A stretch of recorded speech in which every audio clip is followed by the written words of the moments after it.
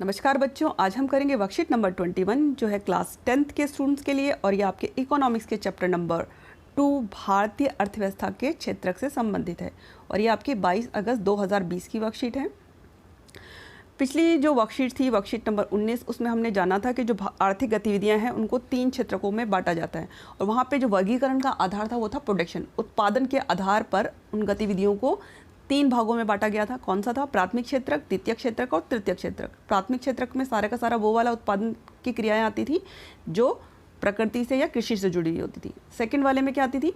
जो प्राथमिक क्षेत्रक से रॉ मटेरियल है, कच्चा माल है, उसको प्राप्त करके उसको उपयोगी वस्तु में बदल करके बेचता था। वो हो गया हमारा किसमें? द्वितीय क्षेत्र में, जिसमें उसको औद्योगिक क्षेत्रक भी बोलते हैं। और जो तीसरा वाला हमारा क्षेत्रक था वो क्या था?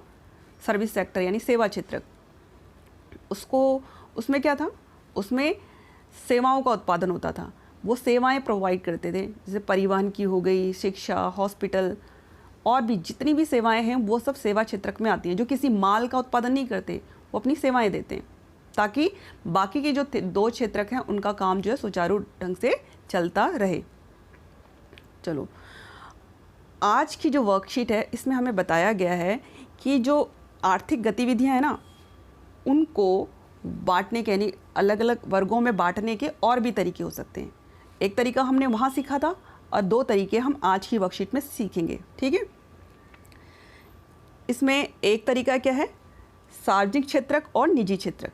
ये वाला जो बंटवारा है आर्थिक गतिविधियों का, ये होता है स्वामित्व के आधार पर कि उन संपत्तियों का जो मालिक है वो कौन है, उसके आधार पर उन आर्थिक गतिविधियों को बांटा जाता है। अब जो है इसमें सार्वजनिक क्षेत्रक में क्या होता है? जो जितनी भी जो संपत्तियां होती हैं, अधिकांश जो परिसंपत्तियां होती हैं उस पर सरकार का स्वामित्व होता है ना, यानी वो सरकार के कंट्रोल में होती हैं और सरकार ही सारी जो है सेवाएं जो है उपलब्ध कराती है। और जो निजी क्षेत्रक होता है, इसमें जो परिसंपत्तियां होती हैं उसका जो स्वामित्व होता है और जो सेवाओं का वितरण होता है उसकी जो जिम्मेवारी होती है वो किसी एक व्यक्ति पर भी हो सकती है या फिर किसी कंपनी पे भी हो सकती है ना। इसके अंदर हम जैसे उदाहरण के लिए सरकारी स्कूल हो गए, सरकारी हॉस्पिटल हो गए, वो इसमें आएंगे सार्वजनिक क्षेत्रक में।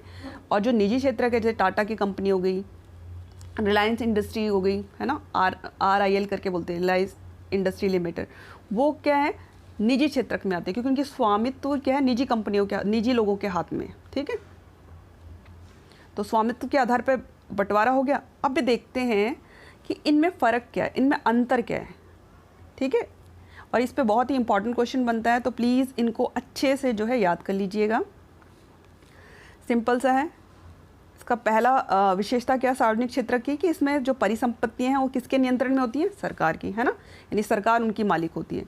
दूसरा इसमें क्या बताया गया है कि ये वाला जो क्षेत्रक होता है सार्वजनिक क्षेत्रक, इसका उद्देश्य लाभ कमाना नहीं होता है ना। देखो, सरकारी स्कूलों में क्या फीस ली जाती है? नहीं ना, मुफ्त में शिक्षा दी जाती है क्योंकि उसका उद्देश्य जो है लाभ कमाना नहीं है। वहीं अगर आप प्राइवेट स्कूल में चले जाओ तो इतनी मोटी मोटी फीस लेते हैं और हर चीज़, हर सुविधा का वो आपसे पैसा मांगते रहते हैं क्योंकि उनका उद्देश्य क्या है? लाभ कमाना।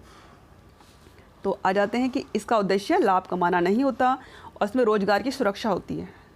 जो सार्वजनिक क्षेत्रक वाले होते हैं उसमें रोजगार तो गारंटीड होता है। उसका कारण क्या है कि एक बार जिसको सरकारी नौकरी लग जाती है उसको इजीली जो है सरकार जो है बाहर नहीं निकाल सकती जब तक तो कोई बड़ी जो है समस्या ना हो, ठीक है। तो उसको रोजगार की सुरक्षा होती है, उसको हमेशा जो है रोजगार मिलता रहेगा। और क्या होगा? उसको मतलब भविष्य में भी उसको सुरक्षित रहता है उसका, क्योंकि उसको पेंशन इत्यादि की भी सुविधा मिलती है। इसके अंतर्गत जो जितनी भी सेवाएं हैं वो सरकार जो है वो उपलब्ध कराती है ना।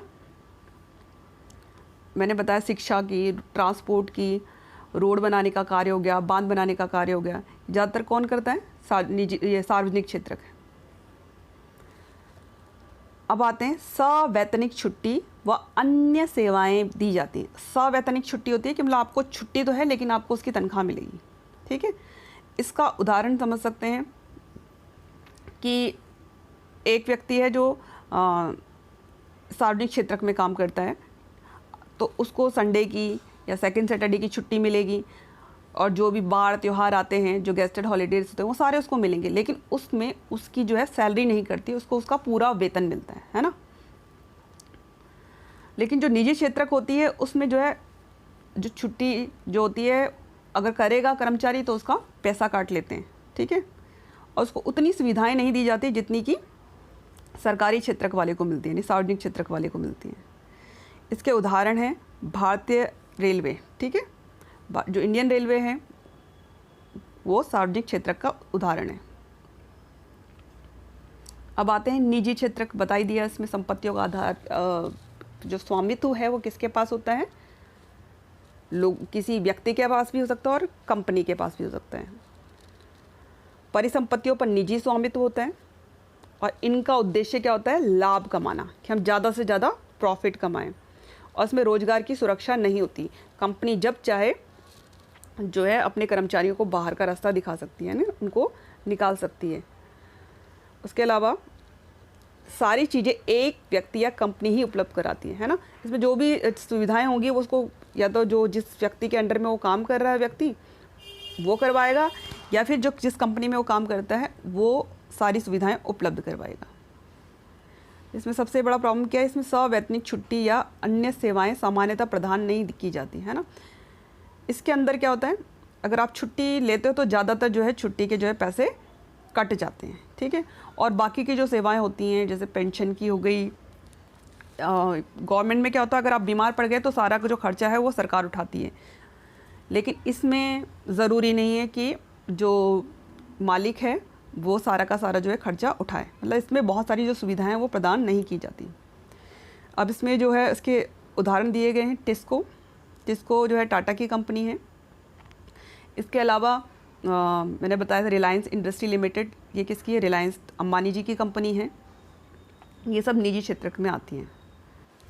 अब देखते हैं जो आर्थिक क्रियाकलाप हैं उसको वर्गीकरण का जो तीसरा तरीका है वो कौन सा है, वो है संगठित क्षेत्रक और असंगठित क्षेत्रक में भी जो है आर्थिक क्रियाकलापों को बांटा जाता है। तो सबसे पहले हम जानेंगे कि संगठित क्षेत्रक क्या होता है।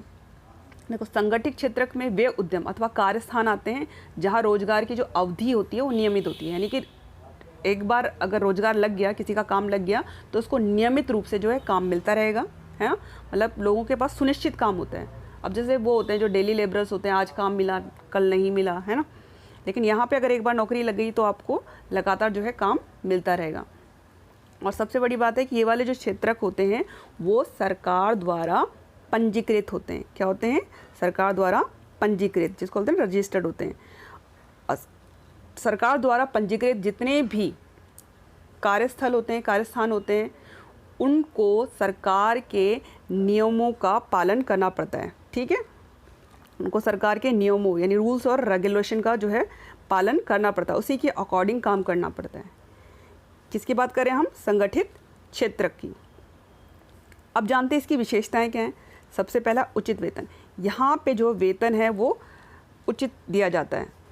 कैसे, सरकार ने ना हर काम के लिए एक न्यूनतम मजदूरी तय की है कि इतना पैसा उस काम का मिलना ही चाहिए, तो इनको वो नियम फॉलो करना पड़ता है। अगर ऐसा नहीं करेंगे तो उनका रजिस्ट्रेशन रद्द हो जाएगा।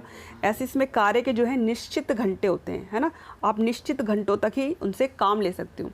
इसके लिए बहुत अच्छी कहानियाँ हैं आपकी बुक में, कांता और कमल की।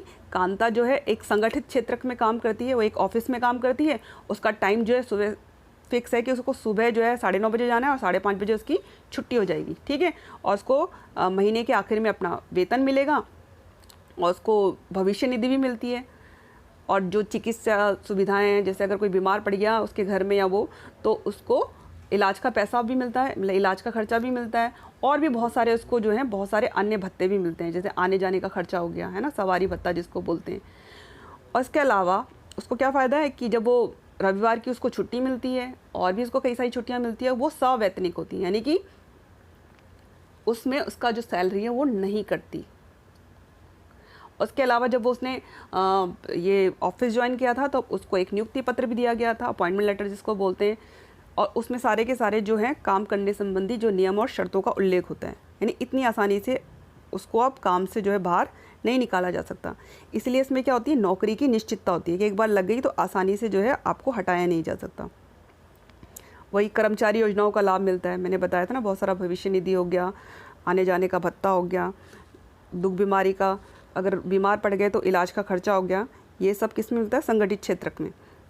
उसके बाद यहाँ पे क्या होती है, कार्य की जो है बेहतर परिस्थितियाँ होती हैं, यहाँ पे जो काम करने के लिए अच्छा इन्वायरमेंट होता है। इसका एग्जांपल है बैंकिंग। आप बैंकों में जाते हो तो जो बैंक होते हैं वो उनमें काफ़ी जो है सुविधाएं जो है दी जाती हैं उनके कर्मचारियों को। अब आते हैं असंगठित क्षेत्रक। इसमें कौन काम करता था? कमल। ठीक है, कमल का क्या था, वो कांता का पड़ोसी था, वो एक किराने की दुकान में काम करता था और एक दैनिक मजदूरी करने वाला श्रमिक था। दैनिक मजदूरी क्या होता है कि जिस दिन काम करेगा उस दिन उसको उसकी मजदूरी मिलेगी, और जिस दिन काम नहीं करेगा उस दिन उसको पैसे नहीं मिलेंगे। उसका है कि वो सुबह 7:30 बजे दुकान पर जाता था और रात के 8 बजे तक काम करता था। कितने ज़्यादा घंटे काम करता था उससे, ठीक है। और उसको अपनी मजदूरी के अतिरिक्त कोई भी अतिरिक्त भत्ता नहीं मिलता था, है ना, कोई भी उसको अतिरिक्त जो है पैसा नहीं मिलता था, ना आने जाने का खर्चा मिलता था, ना ही उसको भविष्य निधि, पेंशन इत्यादि कोई भी उसको सुविधा जो है उपलब्ध नहीं थी। और जिस दिन वो काम नहीं करता था उस दिन उसकी जो है सैलरी या वेतन जो है कट जाता था। तो इस तरह से ये जो असंगठित क्षेत्रक है इसके अंदर इसकी जो विशेषताएं वो क्या है कि इसमें कम वेतन होता है, ठीक है, क्योंकि ये इस पर सरकार का नियंत्रण नहीं होता। तो ये मन मर्जी से है, जो अपने कर्मचारी हैं उनको शोषण करते हैं और उनको कम वेतन देते हैं। कार्य का समय निश्चित नहीं होता, है ना। नौकरी की भी अनिश्चितता होती है कि जब भी चाहे मालिक जो है आपको काम से बाहर निकाल सकता है ना। अगर कमल के मालिक को पसंद नहीं आया उसका काम या कोई और वजह से उससे चिढ़ गया तो वो उसको आराम से नौकरी से बाहर कर सकता है। और कर्मचारी योजनाओं का अभाव, यानी उसके फेवर में कोई भी इस तरह की योजना नहीं है जो उसको लाभ पहुंचा सके, है ना। अगर वो बीमार पड़ जाए तो उसको अपने ही पैसों से जो है अपना इलाज कराना पड़ेगा, और कोई भी उसको सुविधा नहीं थी। निम्न स्तरीय कार्य परिस्थितियाँ, यहाँ पे जो है कर्मचारियों का बिल्कुल भी ध्यान नहीं रखा जाता और कार्य करने की जो परिस्थितियाँ होती हैं वो ज़्यादा अच्छी नहीं होती। इसके उदाहरण हैं रेहड़ी पटरे वाले हो गए, ठीक है, और जो ये ठेकेदार के अंडर में काम करते हैं श्रमिक मजदूर वो हो गए, दुकानों में काम करने वाले हो गए। अब आते प्रश्न नंबर 1 पर, सार्वजनिक क्षेत्रक एवं निजी क्षेत्रक की तुलना कीजिए। तो ये तो आप यहीं से उत्तर इसका लिख लीजिएगा। उत्तर नंबर 1 है ये, ऊपर हेडिंग डालना सार्वजनिक क्षेत्रक और निजी क्षेत्रक में तुलना, और फिर कॉलम बना करके इन्हीं पॉइंट्स को जो है लिख देना, ठीक है। तो ये आपका उत्तर नंबर 1 हो गया। अब आते हैं प्रश्न नंबर 2 पर कि संगठित क्षेत्रक एवं असंगठित क्षेत्रक में तुलना कीजिए। तो इसका उत्तर आप इस तरह से लिख सकते, देखो ये हो गया संगठित क्षेत्रक, ये थोड़ा इसको साथ में लिख लेना, और असंगठित क्षेत्रक में तुलना, ठीक है, ये आपने डाल दिया। उसके बाद बिल्कुल ये कॉलम बना के ऐसे ही आपको लिखना है कि जो संगठित क्षेत्रक होता है उसमें वे उद्यम और कार्यस्थान आते हैं जहाँ रोजगार की अवधि नियमित होती है और इसलिए लोगों के पास सुनिश्चित काम होता है। और इसके अलावा इसमें क्या है, इस क्षेत्रक में सरकारी नियमों, विनियमों, कारखाना अधिनियम, औद्योगिक वाद विवाद अधिनियम, न्यूनतम मजदूरी अधिनियम इत्यादि का पालन होता है। यानी कि इसमें जितने भी जो कानून बनाए हुए हैं सरकार ने कर्मचारियों के लिए उन सब का जो है पालन होता है। किसमें? संगठित क्षेत्रक में। तीसरा क्या इसमें, रोजगार की शर्तें नियमित होती है तथा काम जो है सुनिश्चित होता है, ठीक है। और श्रमिकों को जो है नियमित जो है मासिक वेतन दिया जाता है। आपने वो किसका पढ़ा था इसमें, कांता की कहानी पढ़ी थी इसमें। अगला क्या है इसमें कि श्रमिक सवेतन छुट्टी, अवकाश काल में भुगतान, पेंशन, भविष्य निधि लाभ इत्यादि भी पाते हैं। और श्रमिक निश्चित समय तक ही काम करते हैं, यदि वे अतिरिक्त काम करते हैं तो उन्हें अतिरिक्त वेतन मिलता है ना। अगर उनकी निश्चित, जैसे उसके कांता के टाइम, उसकी टाइमिंग्स क्या थी, 9:30 से 5:30 बजे तक। अगर उससे ज़्यादा अगर उससे कोई काम करवाएगा तो उनको उसके बदले में एक्स्ट्रा जो है पैसा देना पड़ेगा। लेकिन असंगठित क्षेत्र में क्या है कि इसमें छोटी छोटी बिखरी हुई इकाइयाँ होती हैं और ये जो है सरकारी नियंत्रण से बाहर होती हैं।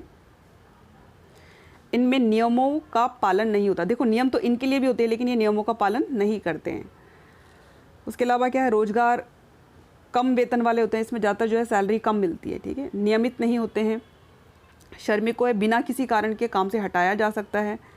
और इसमें जो है दैनिक मजदूरी मिलती है, ज़्यादातर कि जिस दिन आपने काम किया उस दिन की आपको मजदूरी जो है मिल जाएगी।